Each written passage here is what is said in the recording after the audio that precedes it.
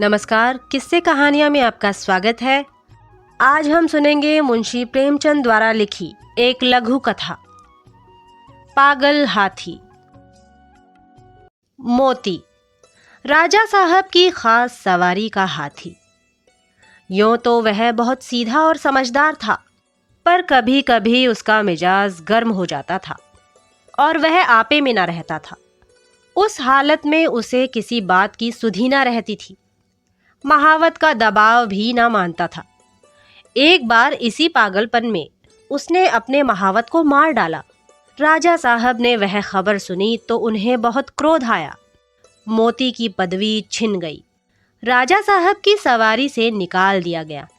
कुलियों की तरह उसे लकड़ियां ढोनी पड़ती, पत्थर लादने पड़ते और शाम को वह पीपल के नीचे मोटी जंजीरों से बांध दिया जाता। रातिब बंद हो गया। उसके सामने सूखी टहनियां डाल दी जाती थी और उन्हीं को चबाकर वह भूख की आग बुझाता। जब वह अपनी इस दशा को अपनी पहली दशा से मिलाता तो वह बहुत चंचल हो जाता। वह सोचता, कहाँ मैं राजा का सबसे प्यारा हाथी था और कहाँ आज मामूली मजदूर हूँ। यह सोचकर जोर जोर से चिंघाड़ता और उछलता। आखिर एक दिन उसे इतना जोश आया कि उसने लोहे की जंजीरें तोड़ डाली और जंगल की तरफ भागा। थोड़ी ही दूर पर एक नदी थी।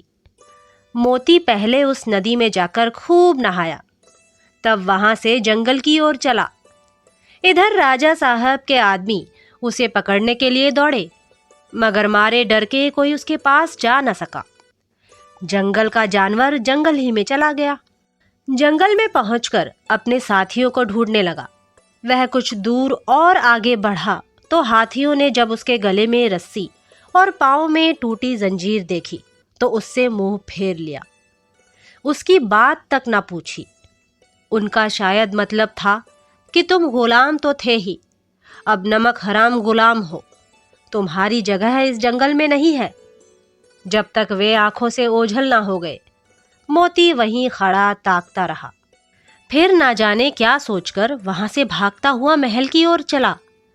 वह रास्ते ही में था कि उसने देखा कि राजा साहब शिकारियों के साथ घोड़े पर चले आ रहे हैं। वह फौरन एक बड़ी चट्टान की आड़ में छिप गया। धूप तेज थी। राजा साहब जरा दम लेने को घोड़े से उतरे। अचानक मोती आड़ से निकल पड़ा और गरजता हुआ राजा साहब की ओर दौड़ा। राजा साहब घबराकर भागे और एक छोटी झोपड़ी में घुस गए। जरा देर बाद मोती भी पहुंचा। उसने राजा साहब को अंदर घुसते देख लिया था। पहले तो उसने अपनी सूंड से ऊपर का छप्पर गिरा दिया, फिर उसे पैरों से रौंद कर चूर चूर कर डाला। भीतर राजा साहब का मारे डर के बुरा हाल था। जान बचने की कोई आशा न थी। आखिर कुछ ना सूझी तो वह जान पर खेलकर पीछे दीवार पर चढ़ गए और दूसरी तरफ कूद कर भाग निकले। मोती द्वार पर खड़ा छप्पर रौंद रहा था और सोच रहा था कि दीवार कैसे गिराऊं। आखिर उसने धक्का देकर दीवार गिरा दी। मिट्टी की दीवार पागल हाथी का धक्का क्या सहती। मगर जब राजा साहब भीतर ना मिले तो उसने बाकी दीवारें भी गिरा दी और जंगल की तरफ चला गया। घर लौटकर राजा साहब ने ढिंढोरा पिटवा दिया कि जो आदमी मोती को जीता पकड़कर लाएगा उसे 1000 रुपया इनाम दिया जाएगा। कई आदमी इनाम के लालच में उसे पकड़ने के लिए जंगल गए, मगर उनमें से एक भी ना लौटा। मोती के महावत के एक लड़का था। उसका नाम था मुरली। अभी वह कुल 8-9 बरस का था। इसलिए राजा साहब दया करके उसे और उसकी माँ को खाने पहनने के लिए कुछ खर्च दिया करते थे। मुरली था तो बालक, पर हिम्मत का धनी था। कमर बांधकर मोती को पकड़ लाने के लिए तैयार हो गया। मगर माँ ने बहुतेरा समझाया और लोगों ने भी मना किया, मगर उसने किसी की एक ना सुनी और जंगल की ओर चल दिया। जंगल में गौर से इधर उधर देखने लगा।